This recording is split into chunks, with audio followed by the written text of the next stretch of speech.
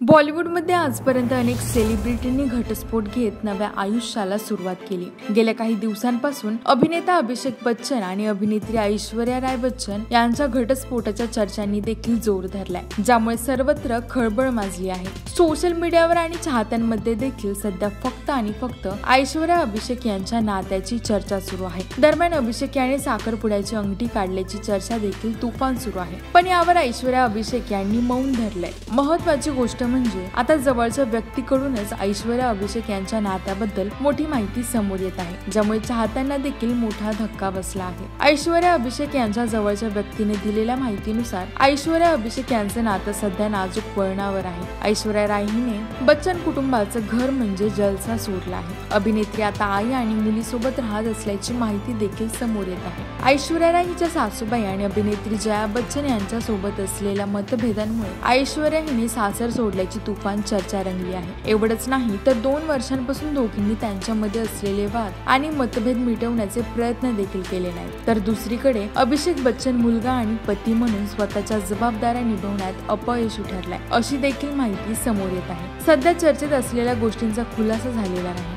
ऐश्वर्या अभिषेक यांनी रंगत असलेल्या चर्चांवर अद्याप स्पष्टीकरण दिलेलं नाही। दरम्यान आजच्या सिनेमाच्या स्क्रीनिंगसाठी देखील संपूर्ण बच्चन कुटुंब एकत्र आलं होतं। तेव्हा देखील ऐश्वर्या हिला पाहून जया बच्चन आणि श्वेता बच्चन नंदा यांनी पाठ फिरवली। अभिषेक, ऐश्वर्या आणि आराध्या यांनी फोटोसाठी पोज दिल्या, पण ऐश्वर्या आणि अभिषेक यांच्यात नेहमीप्रमाणे बॉन्डिंग दिसून आलेलं नाही। नुकत्याच झालेल्या आराध्याच्या अॅन्युअल डे कार्यक्रमात अभिषेक ऐश्वर्या वेगळ्या कारमधून आले, पण आराध्या हिला घरी घेऊन परतत असताना मात्र ऐश्वर्या अभिषेक लेकी सोबत एकत्र गेले। तर दुसरीकडे लेक आराध्या हिच्यामुळे ऐश्वर्या आणि अभिषेक घटस्फोट घेत नसल्याच्या चर्चा समोर येत आहेत। कायम चाहत्यांना कपल गोल्स देणाऱ्या सेलिब्रिटींच्या घटस्फोटाची चर्चा समोर येत असल्यामुळे सर्वत्र खळबळ माजली आहे, पण सत्य नक्की काय हे समोर आलेलं नाहीये। अभिषेक आणि ऐश्वर्या बच्चन ही जोडी पुन्हा एकदा चित्रपटासाठी एकत्र येण्याची शक्यता असं म्हटलं जात होतं, पण दोघांच्या घटस्फोटाच्या चर्चांमुळे हा प्रोजेक्टही रद्द झाल्याचं म्हटलं जातंय। अधिकृत घोषणा झालेली नसली तरी निर्मात्यांनी या दोघांना एक प्रेम कथा ऐकवल्याची चर्चा आहे। अभिषेक बच्चन आणि ऐश्वर्या राय बच्चन हे जोडपं कुछ ना कहो